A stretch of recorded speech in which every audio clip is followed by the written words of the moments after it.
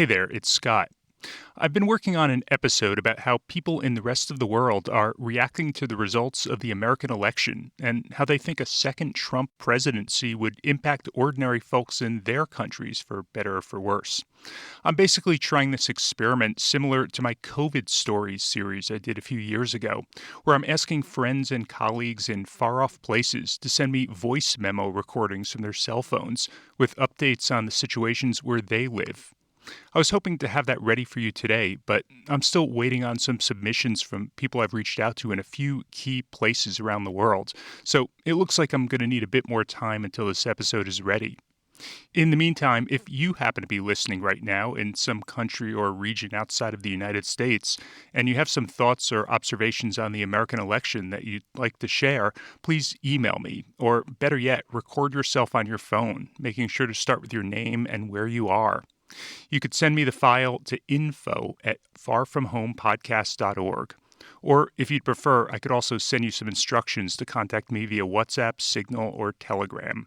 That address again is info@farfromhomepodcast.org. I'd love to hear from you. Okay, so while I'm waiting for all of that, I have something else to share with you instead. I know a lot of you are joining me for the first time here on my fourth season, so while I'm working on my next episode, I thought I'd pop into your feed today to introduce myself and share a little about my background and how I got to where I am today. From time to time on the show, I've shared interviews other people have conducted with me, but it's been a while, and the conversation I'm going to share with you today delves into some topics I don't think I've covered before, so I think you'll find it interesting.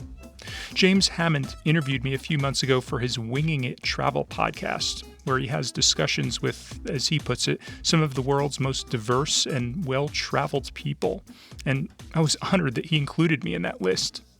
I'm featuring an excerpt here of a much longer conversation we had, so if you want to listen to the entire thing, you could check out the link I've posted in the show notes, or go to wingingittravelpodcast.com. Okay, here's the episode. Welcome to the Winging It Travel Podcast with me, James Hammond. Every Monday, I'll be joined by guests to talk about their travel stories, travel tips, backpacking advice, and so much more. Right now, I'm taking the podcast on the road travelling with me. So tune in every week for short-form episodes detailing all my travels alongside my Monday guest episode. Are you a backpacker, gap year student, or simply someone who loves to travel? Then this is the podcast for you, designed to inspire you to travel. There'll be stories to tell, tips to share, and experiences to inspire. Welcome to the show.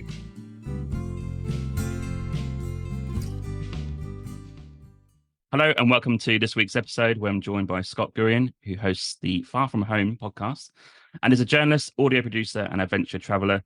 I'm super keen to hear about Scott's journey from London to Mongolia on the Mongol Rally, which is about 11,000 miles. Scott went to Iran as an American tourist, which is super fascinating. I'm going to hear about that.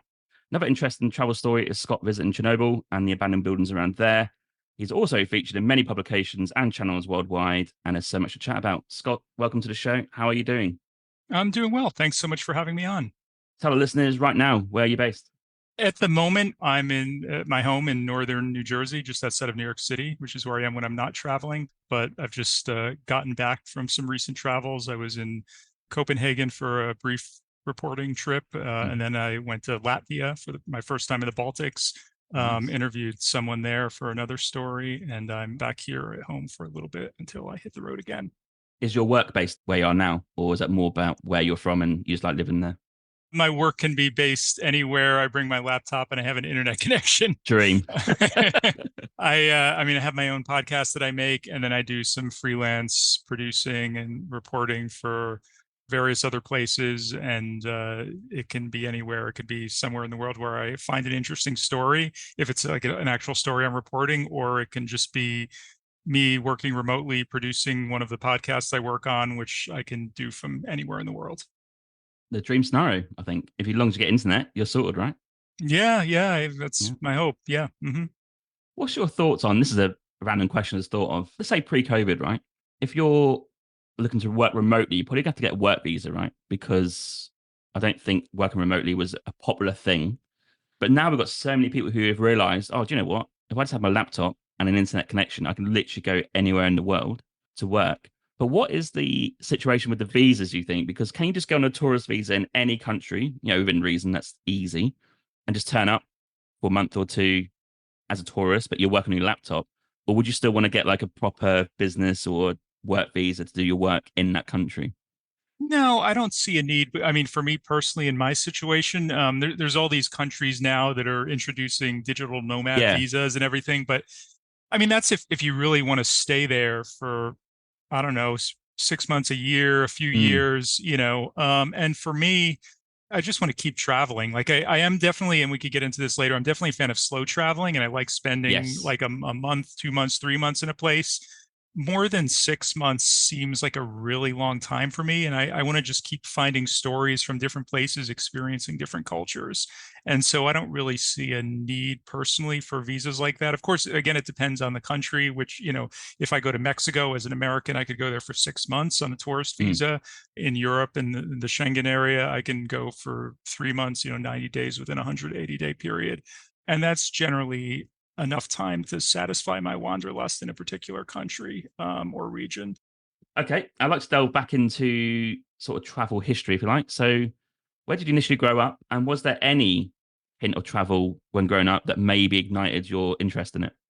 So I grew up where I am right now in New Jersey. And we did some traveling growing up. My brother and I were raised by our mom. Our parents were divorced. And I mean, I think our mother was always very naturally curious about things and about the world. And she instilled that in us from a very young age. She was an only child. I think her parents were a little bit overly protective of her. So she Mm. kind of gave us free reign. She trusted us to go off on our own. We would go up on ski trips up to Vermont. And even at a young age, she would have us reading, back when we used paper maps, navigating how to get there to learn how to do that. My brother once, when he was, I don't know how old he was, maybe 12 years old or something, and she let him fly across the country by himself to go to ski camp or somewhere in, like, I think British Columbia or somewhere. Like Oh, most wow. parents would not let, a kid that age, go on an airplane across the country by themselves. So she very much let us do that and was always, cheering us on. And she took us scuba diving and snorkeling around the Caribbean. So I've been to a bunch of places there.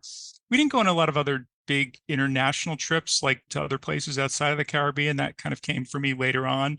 But just instilling that curiosity about the world and just interest in other cultures and other places, I think that was very formative for me. And, as I've gotten older, I think that's grown more and more. So you had it early on then, like that interest because you're doing quite a lot of trips. That's quite interesting. Yeah. I think so. And geography was always my favorite subject in Same, school, same. just Yeah. studying Love maps. And I don't know maps. what it Yeah. is. Just learning about these, obscure countries. I did in like middle school, we had to choose like an African country or something to do, do something on.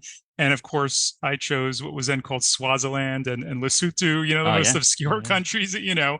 I'm always interested in the weird obscurities, peculiarities of maps and different places. And that's carried forward, I think, it's my reporting where I'm interested in hearing stories from parts of the world that people never hear from.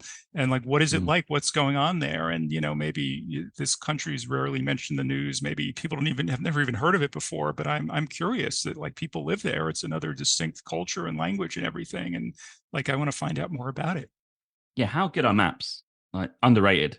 I know it's quite a niche subject, but I used to love maps and just reading the population, the capital city, what language do they speak. Sort of early doors kind of ignited my interest in geography, I suppose, and then eventually travel. But the options are endless to go and explore and learn about something new. Right, right. No, I love maps. Paper maps, even digital maps. Anything's better than using GPS because Yeah, people yeah, just, yeah. it's like tunnel vision. They just follow the directions to go from one place to the next, but they don't even understand where they are. They don't understand the bigger context. And then the GPS stops working and then they're totally confused and lost. Like, I think it's important to kind of just have a sense of the world around you. Totally agree because we bought a paper map for our US road trip last year. Never used it, Mm, yeah. but I just love reading it and just can't get rid of it. Sure. No, it's sometimes it's nice to have. And certain Yeah. places like when I was driving across Central Asia and Mongolia, like some of these places are so remote, like Mm. GPS just doesn't work very well. Like I mean, first of all, there's not a lot of, good cell signal. But then also a lot of these places just haven't been mapped out very well. So in addition to GPS, we had like 3 different paper maps that we were constantly comparing. Maybe one doesn't show this road, another one does. So there are certain parts of the world where paper maps are still definitely helpful. And these massive countries like Canada, Australia, USA is quite well mapped, but like, Russia to an extent as well. Mongolia is another one. These countries just still got years and years to come of road building, right? So they haven't been mapped because Yes. there's actually no roads. I think nowadays, like, there's loads of roads that we've done the hard graft, but actually there must be loads more coming. Go to Yeah. Mongolia and you'll see. And it may be, it was 2016 when I was there. I think they've built more roads since I was there. Yeah. But when I was there, I mean, it's an enormous country, and you look at a map of Mongolia and you'll see, 2 lines going east and west, one in the north, one in the south. And you figure, okay, these are the main east-west roads across the country. And okay, maybe they're not highways, but at least they're paved. But no, we show up and it's just like tracks through the sand and grass for much of the way. And these are the main east-west roads across the country. It's crazy. That's crazy. Okay. And then growing up, did you start to think, well, okay, I need to do something job-wise that's going to enable some travel? Or was it purely separated at that point where you're just looking to get a career under the go? It came kind of late for me because it's interesting. Like even in high school, like there was an opportunity to do like go on an exchange program to Mexico. And my mom had to like twist my arm to like, oh, I think it would be good for you. And I'm so glad she did. Like that was a great experience for me at a young age to do that. And, even in college, like I had the opportunity to study abroad. Like my college actually had a small campus in a castle in the Netherlands. I could have gone there for a semester and like, why? I don't know. The thought just didn't occur to me. I'm like kicking myself now. Yeah. So, yeah, for a while, I just didn't have that wanderlust so much. So that came a little bit later on. I think what really started it was during forget whether it was my junior year or my senior year of college. A lot of people go to Mexico for spring break. They go to like Cancun or whatever. For me, I went to Mexico during my spring break, but I spent the week following an indigenous rebel tribe. This was, I want to say 99 or 2000, I believe. This is the Zapatistas. If anyone remembers old Rage Against the Machine videos, like the people with the balaclavas, where, it's this indigenous rebel group. At this point, they were all teaming up with other indigenous groups around the country of Mexico.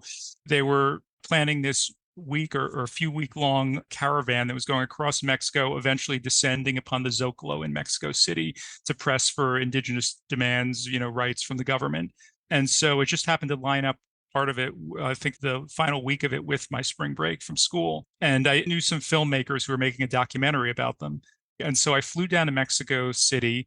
This is before we had smartphones or anything. So I just had the barest, schedule of where the Zapatistas were going to be and what part of Mexico each day. And I just took a bus to another state in Mexico where I saw the Zapatistas were going to be there. And then from there, I took a bus to another state, and I had very bad Spanish at the time. It's still not great, but it was even worse then. And just going to, smaller and smaller towns, like asking people, do you know where the Zapatistas are? And finally managed to find them in this little like shanty town in the middle of nowhere. Found my filmmaker friends, and they said, how in the world did you ever find us? Yeah. And I spent that week following them around, like on this yellow school bus, like they're going all around the country of Mexico from city to city. I got pickpocketed. I rented a cell phone from the airport, and I was like doing radio reporting live across the country in the US, like doing like national live reports as this young, 20-year-old kid or whatever. And returned the cell phone to the airport at the end of the week and got like a $2,000 bill. And I was just so far over my head, had no idea what I was doing, but it was just amazing. And then at the end, after the week, like I remember being in the Zocalo in Mexico City at like 6 a.m. or whatever. It was just a few people walking around selling tamales or whatever. And just, doing this live report from there and just knowing, okay, like I'm part of this historic thing. A few hours later, there were like 300,000 people in the square. Wow. And like just covering this whole thing. It was just the most incredible experience I've ever had, at the time, at least. And that just made me think, this is amazing. I want to do more of this kind of thing.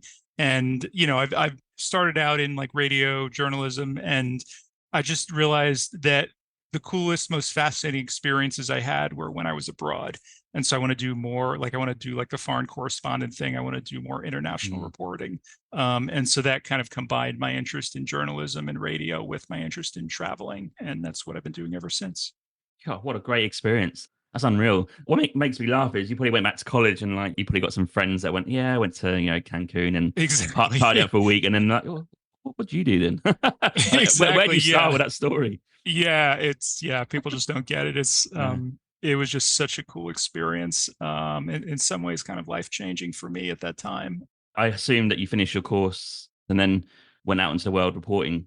Yeah, I graduated college, started doing some freelance reporting, worked in DC for a year, got randomly hired as a news director at a small public radio station near Oklahoma City for like 5 years.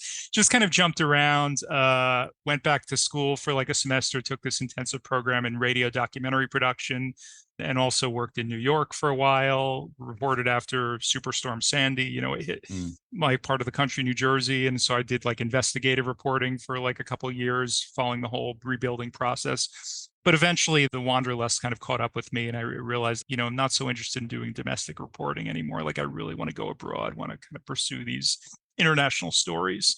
And that's mainly been my focus ever since. Okay. And what maybe is some tips for someone listening right now who maybe wants to get into what you're doing? Like, is it just about being brave, taking opportunities, doing some freelance stuff, offering your services, that sort of stuff? Um, I mean, it helps that I already had the experience in the background, knowing how to make good radio stories before I ever kind of went abroad. I learned by working at several radio stations around the US and by studying radio documentary and, working under editors who could give me feedback because I always thought I was better than I was. But, I realized after a while, I really had a lot to learn. Like when I listen back to some of my early stuff now, it really makes me cringe. So I feel like having that all that under my belt like made me much better prepared for when I decided to go off on my own to then go abroad, that I felt more confident in my skills. I knew how to make a good story. I had all the gear I needed. So yeah, I feel like that's prepared me well for what I've decided to do. And how did you navigate getting international stories out there to publications or news corporations, whatever? Is it pitching a story or is it yourself going to do a story, then pitching that story? How did that work? Works various different ways. I mean, I have my own podcast I've started, Far From Mm. Home, where I'll just find interesting stories that interest me and just do them for my own show. I'm not getting paid for my show, so sometimes I Tell me like about to also it. look for, sometimes I'll find an interesting story and I'll pitch to somewhere else, and so it'll air on their show, and they'll also let me air it on my own show, and that Sure. also gives me good exposure for my program, and they'll pay me well. So I've done a few stories that sometimes they coincide with the trips I'm taking. Like I was planning on going to a radio conference in Ireland. And while I was there, I went up to Belfast and I pitched a story about the peace walls in Northern Ireland. Hmm. And so that was a whole documentary I made for this podcast, 99% Invisible. And then I've done a few stories for Planet Money, NPR's economic podcast. Hmm. In this case, it was just a story I researched and thought was interesting. I'm always curious in, like I said, partially stories from parts of the world you never hear about, but Yeah. also like there's sometimes like a certain area of the world will like totally be in the news. The way that news cycles work, everyone's focused on something and then people move on to the next thing. Yeah. And then I'm curious, like maybe a year or two later, like, wait, whatever happened to that, that Oh, place and yeah. those people. Mm. So there was this huge hurricane that hit the Caribbean a number of years ago and basically decimated the island of Barbuda in the country of Antigua and Barbuda. And I was curious, like a year or two later, like, okay, whatever happened to that? And so I did some research and that turned into a story I did for Planet Money, where myself and my colleague Sarah, who works with the show, flew down there. We actually got to interview the prime minister, which was cool. Oh, wow. And it's this whole like land dispute about rebuilding the island, and the government doesn't have the money, so they're trying to like bring in more tourist dollars, and Robert De Niro wants to build a resort there, and but the people who live there are afraid that we'll lose this kind of pristine, Sure. Yeah. these untouched beaches. It'll Mm. become a tourist paradise just like pretty much every other island in the Caribbean, and we like it more as a locals island. So there's stories like that I just find that I'm curious about, that, oh, this would be a good match for this particular show. I know the kinds of stories they're looking for. So it's a variety of different ways I go about it. Yeah. And because travel is so widely reported on, talked about now, and social media as well, there's still options, I think, plenty of options in different countries where the lesser known places or stories or people can be reported on or talked about, right? Because we all know the popular places in each country, really, but there's still loads more. That goes back to the map. Get a map right now, one country, one little area, and you probably think, oh, what's going on there? Like, is anything that's interesting to talk about, right? The options are I think endless. Yeah. Yeah, and what I tend to look for are not typical like travel tourism kinds of things, but Mm, more like local, like stories under the radar kinds of yeah. things. Maybe they're things that all the locals are talking about, but like we in the West don't really hear Yeah. much about. I'm a big fan of slow travel, like spending a lot of time in a place to really kind of get to go below the surface and find out about what are the local things people are concerned about, what are they discussing. I mean, lots of travelers, tourists visit places, but they don't know anything about like the politics or the issues of that place. They just go Yeah. to a beach or somewhere. But, you know, this country or this city or whatever still has a government. There's still issues that are affecting people when they go to vote for someone. There's, you know, things they're concerned about, challenges they're facing. And those are the kinds of things that I'm interested in. Oh, that's great. Let's talk about slow travel before we get into some of your stories. What is slow travel to you?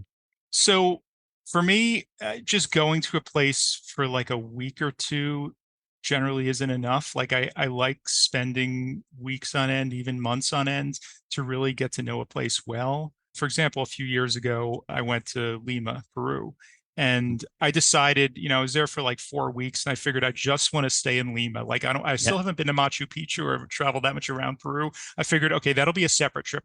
I'm not a big fan of these whirlwind tours people do trying to, you know, hit up a bunch of European countries or something in, you know, a few days. And it's funny when you travel, like that's kind of the joke. People meet an American and they're like, oh yeah, you're on this like weekend trip to Europe or whatever, Yeah. because Americans get off so little vacation time from work True. for the most part. And so they tend to take these really short vacations and try to hit up as many places as possible, which is the antithesis of kind of my style. I like going much slower. There's so many places I want to see, but again, like, okay, I'll make that a separate trip. I just want to focus on Mm, this one place. So going to Peru, I figured, okay, I'm going to be there for like a month. I'm just going to focus on Lima and get to know this one city really well. And by doing that, I got to meet so many people. I came back from that trip with so many stories and forging these relationships. You know, it's often hard to find the kind of stories that I want. And it just involves just spending a lot of time in a place talking to as many people as mm, possible, doing a mm. bunch of research. For example, I did some research before I went and I was looking on like Atlas Obscura or somewhere and read about how in Lima there's this like witches and wizards market where they sell almost like voodoo kinds of things. And I was kind of curious, and okay, that could be like a spark of some kind of story idea. And I was talking to the guy who ran, you know, the Airbnb where I was staying, and I told him about this. I was interested in it, and he said, "Oh, you should meet my friend Lucho. He's like a shaman, but they don't use that word. He called himself a curandero, like a cure or a natural healer. He Yeah. said, you should meet Lucho. He's into that kind of thing. So Lucho lived in the jungle in Pucallpa, like on the other side of the mountains, like near the edge of the Amazon. And so Lucho took like an overnight bus trip to Lima to meet me. And together we went, I joined him on this other like overnight bus trip up the coast to the city of Chiclayo, almost by the Ecuadorian border. It's not a place any tourists ever go. There's not a reason they would. And we went to this other like witches and wizards market to search for this star-shaped quartz stone that Lucho had seen in this hallucinogenic vision that was supposed to have magical healing powers. Like that's the kind of story you can't find if you show up somewhere for a week or so. Like you got to spend a lot of time in a Yeah. place. It was one of my favorite stories I've ever done. And that's why I love slow travel. Like just to uncover those kinds of things, you just need to spend a lot of time in a place. What I really like about this conversation is last year when we done our year travel, we traveled too fast. And the biggest lesson I learned is slow travel is the way forward because I Yeah. don't want to be rushed, but I want to know more about the local customs, if you like. And that is a great thing to aspire to, but it's also quite difficult because it all depends on your job. How can you Yes. do it? Not Visas. everyone could do it. I get that. Yes, totally. But for me, it's one of my biggest aims, and I'm trying to plot out a path to do that in the future based on my travels from last year. But it has to be the best way forward. I can't see it any other way better traveling than that, unless you really are you just want to go and dip in for a week and that's enough for you. But for me, maybe that's not enough. Now being a bit older and a bit more wiser, I want to learn more about the culture and having a podcast like yours and mine as well. I think in the future you've got to interview local people, right? And actually understand locally what's going on. Right. And there's a lot of, I mean, I have a little bit of a beef with the whole community that wants to like travel to every country in the world. That not all of them, but some of them are, they're just like counting countries. They're just trying to go to as many places as possible. And for me, I just really want to make sure I understand and appreciate the culture and the place. And I'm not just checking another country off my list. Like I would love to visit every country in the world, but I want to do a story in every country in the world. Yeah. Like I want to Yeah. really have some insight into the culture and the place and the people, you know, more than just saying I've been there. Yeah. I think I'm guilty of that. Maybe wanting to be going to every country. I think it is still an aim, but I think I do agree with you that I don't think dipping in for 2 days is enough for me, really. Or at least I'd have to go back again, especially the bigger countries. I mean, somewhere like, I don't know, China. I mean, if you go for a week, I mean, yeah, I mean, I technically I've been to Taiwan, so I could tick that off. But how many cultures are in China in different cities and different areas, right? As an example. But I think slow travel is definitely one for the future. But you did an interview on your podcast, Phil Peterson, right? Who traveled to every country in the world Yes, via basically not flying. It took him right. 7, 8 years, right? Is his way of seeing every country different? Like, what was your thinking there? Once he explained it to me, I mean, he spent, what was it, like a decade or whatever it Yeah. was. Like he said when he was first figuring it out, like what his rules were, he thought if he spent like a month in every country in the world, how long that would take him. And it's probably not, practical. And you probably don't need to spend a month in, well, San the Marino. Vatican, the Vatican, San Marino. Yeah. Yeah, Yeah. I get that. And it ended up taking him way longer than he had hoped for a Sure. variety of things beyond his control, you Yeah. know. But I did get the sense speaking to him that he really did respect each place and each culture. Some other of these people, 193 people who were visiting and trying to visit every other Mm. country, I felt a little bit more conflicted with their approaches. But who am I to judge? I mean, Yeah. everyone Yeah. has Yeah. their own Of style. course. It's just Yeah. they may travel in a way that wouldn't be for me. But because I'm a journalist, like reporting a story from each place is the way that I feel like I have that Mm. deeper insight. I understand most people aren't journalists, so they have their own ways maybe of, having some kind of meaningful experience or, encountering the culture, but, to each their own.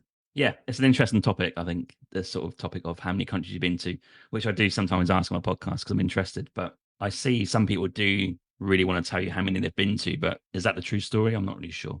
Yeah, yeah. I try to even avoid those conversations. I mean, I know myself, but I don't put in my Instagram profile number of countries. For me, Yeah, I don't see the point of like the contest, the competition. Yeah. Yeah, yeah. That was me speaking to James Hammond for his Winging It Travel podcast. And thanks to James for letting me share this excerpt on my show. As I mentioned at the beginning, this was just a small part of a much longer conversation we had. So if you want to hear the rest of it, you could search for Winging It Travel Podcast in your podcast app of choice. Go to wingingittravelpodcast.com or simply click the link I've included in the show notes. Okay, that's all for now. As always, you could reach me at info@farfromhomepodcast.org or follow me on Instagram or Facebook at Far From Home Podcast. I'll be back in a few weeks. Thanks for listening.